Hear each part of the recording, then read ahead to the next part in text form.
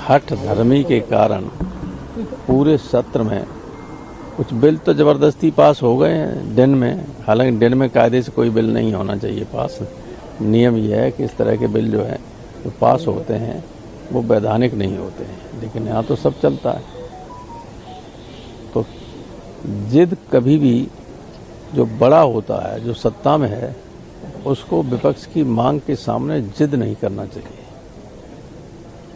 बयान माननीय गृहमंत्री जी देने को तैयार, कल आया उनका बयान, और ये कि स्पीकर को सवाल लिख के दे दें, हम उसका जवाब देंगे। आप सब जानते हैं, पार्लियामेंट को हमेशा कवर करते हैं, कभी ऐसा नहीं रहा है, कोई परंपरा ही नहीं है। हमेशा कन्वेंशन और मान्यताएं ये रहीं कि मिनिस्टर बयान देंगे, स्टेटमेंट देंगे, और एमपी लोग सारे दलों के जो पूछना चाहता है वो क्लैरिफिकेशन पूछेंगे समय के सीमा के अंदर का। ये होता है तरीका। ये तो है ही नहीं कि साहब क्वेश्चन दे। ये तो जैसे आजकल लोग प्रेस कॉन्फ्रेंस करने लगे, सवाल पहले दे दिए जाते हैं, क्या उत्तर देंगे वो। अब पार्लियामेंट में भी ये हो सकता है क्या? विपक्ष इस बात को स्वीकार ही नहीं कर सकता, चाहे जितना सत्ताधारी दल के लोग कहें विपक्ष भाग रहा है, विपक्ष भाग रहा है। अरे तब परंपराएं रोज तोड़ोगे तो हम उसके भागीदार थोड़ी बनेंगे। अब देखिए, कौन भाग रहा है, कौन बच रहा है, कौन चर्चा कराना चाहता है, इसी पर हम चर्चा कर लेते हैं। पॉलिटिकल एनालिस्ट सज्जन कुमार जी हमारे साथ स्टूडियो में मौजूद हैं। अब लोकसभा में कितना काम हुआ वो जनता के सामने है। ढंग से 20 घंटे का कामकाज पार्लियामेंट में नहीं हो सका। अब आखिरी दिन आज का है, अब आज भी चर्चा होती है या हंगामा होता है, इस पर हमारी नजर रहेगी। अजीत द्विवेदी जी भी हमारे साथ स्टूडियो में आ चुके हैं। सज्जन जी, चर्चा से कौन भाग रहा है, हठ धर्मिता किसकी है?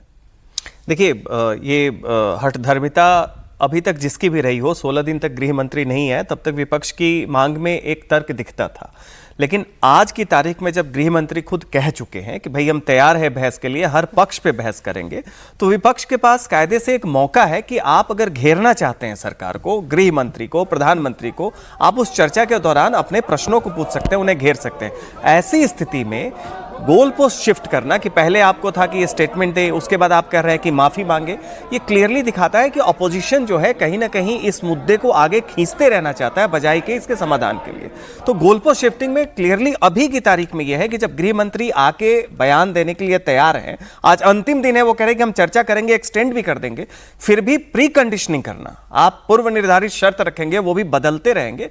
तो यहां पे विपक्ष कहीं ना कहीं अपनी अपरिपक्वता और ये दिखा रहा है कि वो इस मुद्दे को लगातार जनता के बीच में खींचते रहना चाहता है बजाय कि इस पे चर्चा करने के, जो कि संसद का मूल चरित्र है कि आप उस पे चर्चा करें। 108 घंटे का होना चाहिए, अभी तक केवल 19 घंटे का हुआ है। प्रति घंटा 1.5 करोड़ खर्च होता है, कोई पहली बार ये बर्बाद नहीं हो रहा है।